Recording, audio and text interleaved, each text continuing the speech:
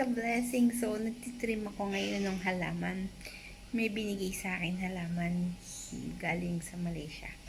So, ngayon ititrim ko siya. Ang ganda niya. Bonsai siya. Maraming taon na daw ito eh.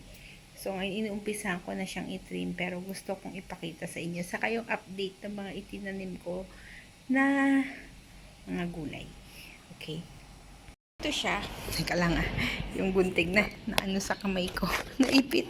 Oops. So, ito siya. Umpisahan ko na mag-trim kaya medyo makalat na. Ayan, binibilog ko na siya. So, meron ng 4 na bilog. So, ayan, na-trim ko na siya. Actually, namumulaklak na siya, pero kailangan ko siyang i-trim para mas maganda. Makikita mo siya na bonsai na siya kasi tignan nyo kung gaano nakataba yung ano niya, yung kanyang katawan. Tapos ito yung branches niya. Ang ganda niya kasi ultimo yung ayan o, yung instruction nung pinaka sanga niya. Maganda na siya. Yung mga nakakaintindi sa halaman, yung mga taga-Giginto, hello mga taga-Giginto. So, January Halaman ng Festival. May contest doon ng mga ganito. Bonsai, saka kung ano-ano pang halaman. So, ito ang ganda niya. So, yan. Binibilog ko siya. Mas ma-appreciate mo siya pag malayo. Ayan. Ganyan siya. Binibilog ko yung yan, 4 na bilog.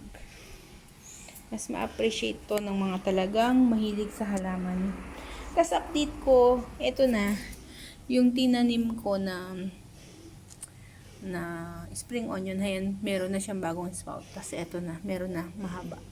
Ito, surviving pa. Tapos yun, yung sibuyas na isa hindi pa. Naglagay ulit ako ng buto ng bell pepper. Tapos yung kamatis, ito na siya. O diba, dalawa na isa ano niya, puno niya. Tapos malago na siya. So ayan, tapos ang aking bigonya, ayan, may bulaklak pa rin. Ito ang aking surroundings. Tahimik pa rin. Maraming pa rin ibon kasi alas 5 na. Ayan, nagliliparan yung mga ibon. As in, ang daming ibon. Ayan, kasi dito maraming pugad. So, ayan, yung mga ibon, nagpapakain sila ng mga babies nila. Kita nyo, may hawak yung ibon. May kagat-kagat pala yung ibon, oh. May tuka. May tuka-tuka yung ibon. O, diba? Tapos naririnig niyo yung mga baby ibon. Ayan yung pugad. Pakita ko sa inyo, ayan, may pugad. Ayun sa gilid, yung pugad, andili. Ayaw mag-focus.